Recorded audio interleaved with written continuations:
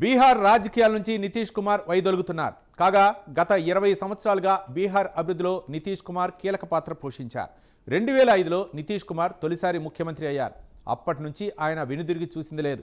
ప్రధానంగా మహిళలు, యువత కోసం ఆయన ప్రవేశపెట్టిన పథకాలు విజయవంతమయ్యాయి. వర్తమాన బీహార్ రాజకీయాల్లో ఆధునికుడిగా నితీష్ కుమార్ పేరు తెచ్చుకున్నారు.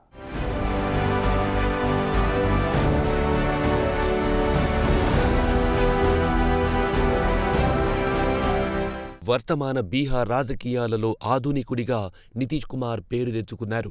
కిందటేడాది జరిగిన బీహార్ అసెంబ్లీ ఎన్నికలలో ఎన్డీఏ కూటమిని గెలుపు తీరాలకు చేర్చడంలో ముఖ్యమంత్రి నితీష్ కుమార్ కీలక పాత్ర పోషించారు. బీహార్ బీజేపీ నేతలతో ఆయనకున్న సత్సంబంధాలు కూడా ఇందుకు తోడ్పడ్డాయి. 5 ఏళ్ల పాటు బీజేపీతో ఎటువంటి పొరపచ్చాలు రాకుండా ఆయన బండి నడిపారు. అంతేకాదు, సీట్ల కేటాయింపుల విషయంలో కూడా ఏ దశలోనూ కమలం పార్టీ నేతలతో ఆయన ఘర్షణ పడలేదు.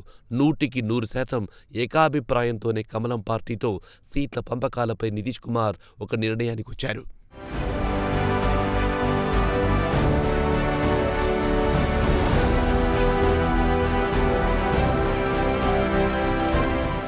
వాస్తవానికి 2020 బీహార్ ఎన్నికలలో జనతాదళ్ యునైటెడ్ కంటే భారతీయ జనతా పార్టీకి ఎక్కువ సీట్లొచ్చాయి. బీజేపీకి 74 సీట్లొస్తే జేడీయూకు 43 సీట్లు మాత్రమే వచ్చాయి. అయితే పొత్తు ధర్మాన్ని దృష్టిలో పెట్టుకుని ముఖ్యమంత్రి పదవిని నితీష్ కుమార్కు భారతీయ జనతా పార్టీ అధిష్టానం అప్పగించింది. దీంతో కమలం పార్టీ తనపై పెట్టుకున్న భరోసాను నిలబెట్టుకోవడానికే నితీష్ కుమార్ తీవ్రంగా శ్రమించారు. 5 ఏళ్లు ప్రజలకిచ్చిన ఎన్నికల హామీలను నిలబెట్టుకోవడానికి ఆయన ప్రయత్నించారు. ప్రధానంగా మహిళలు, యువతపై ఆయన ప్రభుత్వం ప్రత్యేక దృష్టి పెట్టింది.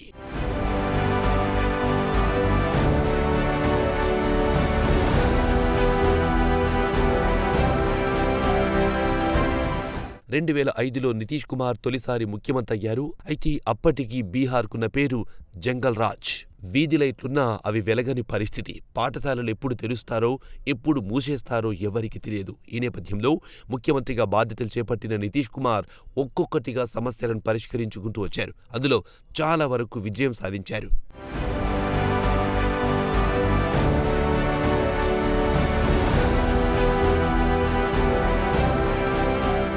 ఇదిలా ఉంటే 20 సంవత్సరాల కిందట బీహార్ అంటే అందరికి వెంటనే గుర్తుకొచ్చే పేరు లాలూ ప్రసాద్ యాదవ్. కొన్ని సంవత్సరాల పాటు బీహార్ రాజకీయాలను లాలూ ప్రసాద్ శాసించారు. అయితే దాణా కుంభకోణం వెలుగు చూసిన నేపథ్యంలో లాలూకు కష్టాలు తప్పలేదు. దాణా కుంభకోణం కారణంగా ఆయన జైలుకు వెళ్లాల్సి వచ్చింది. ఈ నేపథ్యంలో లాలూ సతీమణి రుబ్రీదేవి ముఖ్యమంత్రిగా పగ్గాలు చేపట్టారు. కారణాలేవైనా లాలూ ప్రసాద్ కుటుంబ పాలనపై తీవ్ర ఆరోపణలొచ్చాయి.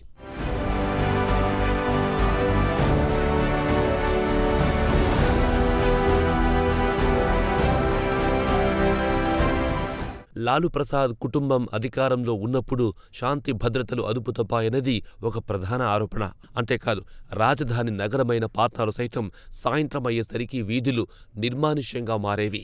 మహిళలు భయంతో గడప దాటి బయటికొచ్చేవారు కాదు. దీంతో మొత్తం ఎపిసోడ్ రాజకీయ వర్గాల్లో జంగల్ రాజ్గా అప్రతిష్ట పాలయ్యింది. ఇదిలా ఉంటే లాలూ ప్రసాద్ యాదవ్ నీడ నుంచి బీహార్ను బయటపడేయడంలో నితీష్ కుమార్ విజయం సాధించారని చెప్పొచ్చు.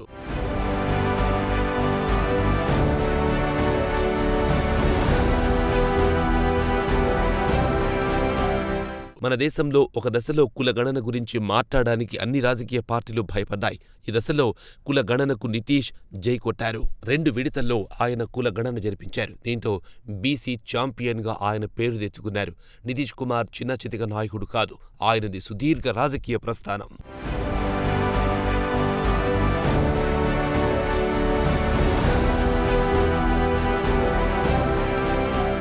నితీష్ తన రాజకీయ ప్రస్థానంలో అనేకసార్లు అసెంబ్లీకి పోటీ చేశారు. అయితే 1985లో మాత్రమే నితీష్ కుమార్ ఎమ్మెల్యేగా గెలిచారు. 1985లోనే ఆయన తొలిసారి అసెంబ్లీలోకి అడుగుపెట్టారు.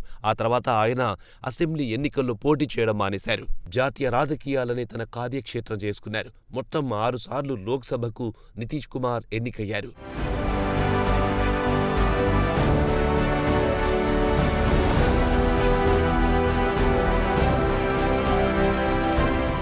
అయితే ఎమ్మెల్సీగా ఉంటూనే నితీష్ కుమార్ ముఖ్యమంత్రి అయ్యారు. 1 కాదు 2 కాదు మొత్తం 20 సంవత్సరాల నుంచి నితీష్ కుమార్ ముఖ్యమంత్రిగా కొనసాగుతున్నారు. కాగా ముఖ్యమంత్రి నితీష్ కుమార్ జనం దగ్గర నుంచి ఆయనకు మంచి మార్కులే పడ్డాయి. ఈ మార్కులే ఆయనను కొన్ని నెలల కిందట మరోసారి ముఖ్యమంత్రి కుర్చీలో కూర్చోబెట్టాయి.